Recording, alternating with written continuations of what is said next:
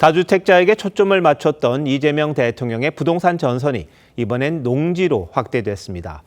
이번에도 투기가 문제라는 건데요. 투기로 인해 농지 가격이 비싸지면서 고향으로 돌아가는 게 쉽지 않아 수도권이 복잡해진다. 이런 내용입니다. 전수조사 지시했는데 이 대통령 지시를 듣던 국무위원들 중에도 뜨끔한 분들 있으실 듯합니다. 왜 그럴까요? 최민식 기자입니다. 국무회의를 주재한 이재명 대통령이 이번엔 농지 전수조사를 지시했습니다.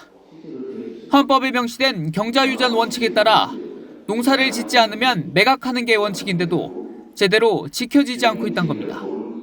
농사 짓는다고 사가지고 방치해 놓은 거는 이제 강제 매각 명령 받는다. 과징금에 더하기 다음 단계 매각 명령 안 하면 강제로 파는 거죠.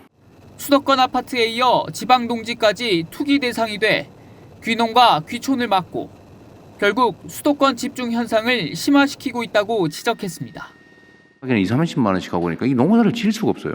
이 나라의 모든 문제의 원천은 이게 이 부동산 문제예요, 부동산.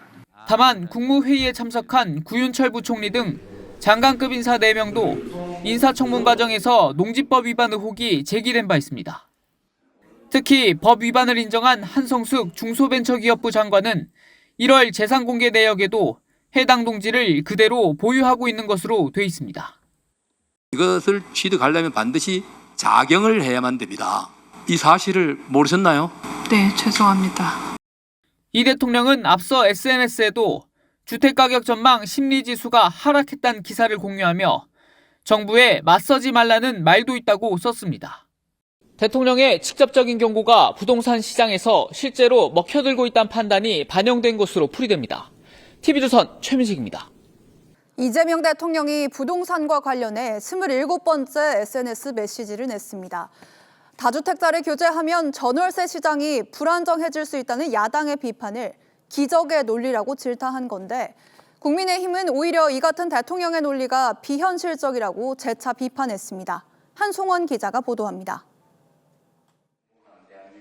이재명 대통령은 지난 주말 다주택자가 집을 팔면 전월세 매물이 줄어 서민 주거가 악화될까 우려되느냐며 집값 상승의 주요 원인인 다주택을 비호하는 기적의 논리라는 글을 SNS에 올렸습니다.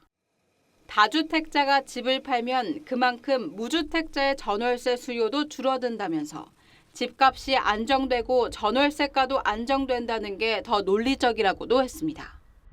최근 이 대통령이 언급한 다주택자 대출 규제 방침에 야당의 비판이 이어지자 직접 재반박에 나선 겁니다.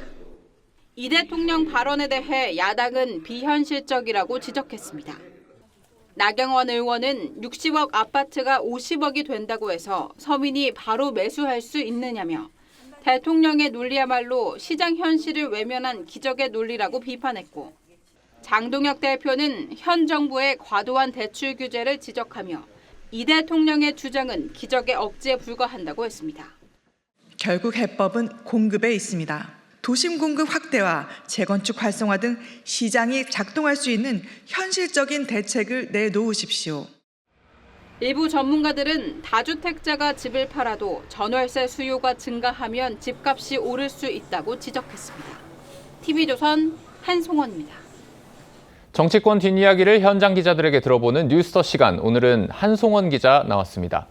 한 기자, 전월세 문제 해결을 위해서 이재명 대통령의 시각과 야당 또는 일부 전문가의 시각이 전혀 정반대인데 이런 시각의 간극은 왜 생기는 겁니까? 네, 사실 오늘 이 대통령의 논리 상당히 간결합니다. 다주택자가 매물을 내놓으면 무주택자가 그 집을 사게 되고 그만큼 전월세 수요도 줄어들게 된다는 겁니다. 쉽게 말해 총량의 법칙으로 접근한 셈입니다. 그런데 현장에서는 왜 온도차가 생기는 겁니까?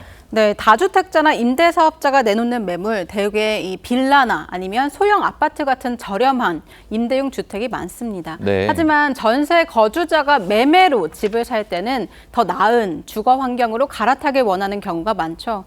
저렴한 임대차 물량이 사라지기만 하고 매매 수요는 해소되지 않는 불일치가 생기게 되는 겁니다. 또 현실에서는 전세 보증금도 대출을 얹어서 겨우 마련하는 세입자들이 많습니다. 자금력이 부족해서 전월세에서 매매 시장으로 넘어가지 못하는 사회초년생 아니면 저소득층 같은 경우에 줄어든 임대 물량을 놓고 더 치열한 경쟁을 해야 하는 상황 될 수 있다는 겁니다. 이 대통령의 부동산 관련 SNS가 벌써 27번째라고 하더라고요. 네. 이 대통령은 분명히 집 팔라고 강요 안 한다 이런 입장을 낸 적도 있지만 네. 결국 다주택자들한테 집을 내놓으라는 메시지를 지속적으로 지금 던지고 있는 걸로 보이거든요. 네, 맞습니다. 그리고 표현 수위도 처음에 비해서 점점 더 강경해지고 있습니다. 지난달 23일에 처음에는 다주택자 중과세 유예를 언급했을 때를 보면 토론해보자, 여러분의 의견은 어떠신가요? 라면서 질문형 표현이 많았습니다. 하지만 최근에는 무슨 수를 써서라도 집값을 잡겠다. 대출 규제 방안을 내각과 비서실에 지시했다. 이렇게 강경하고 직접적인 표현이 많아졌습니다. 또 비판 대상도 넓어졌는데요. 일부 언론 보도를 직접 거론하면서 엉터리 보도다, 허위 보도다 이렇게 말하거나 야당을 향해서는 망국적 투기를 옹호한다 이렇게 직격하기도 했습니다. 부동산 문제에 대해서 대통령이 이렇게 지속적으로 메시지를 내는 것 자체가 전례를 찾아보기가 어려운데 네. 효과가 있을지가 중요할 것 같습니다. 네, 정부가 강경한 부동산 정책을 내놓을 거다 이렇게 심리적 압박을 주는 효과는 있을 듯합니다. 실제로 이번 주 서울 아파트값 상승률 보면요, 0.15%로 한 달 전에 절반 수준으로 둔화했고요. 강남 3구에도 가격이 떨어진 아파트 매물들 나오고 있습니다. 다만 앞서도 짚어드렸듯이 전월세 매물이 줄어드는 현실적 부작용이 나타날 수 있다는 점, 또 근본적으로 공급 문제가 해결되지 않을 경우에 집값 안정세가 단기 효과에 그칠 수 있다는 점 우려스러운 대목입니다.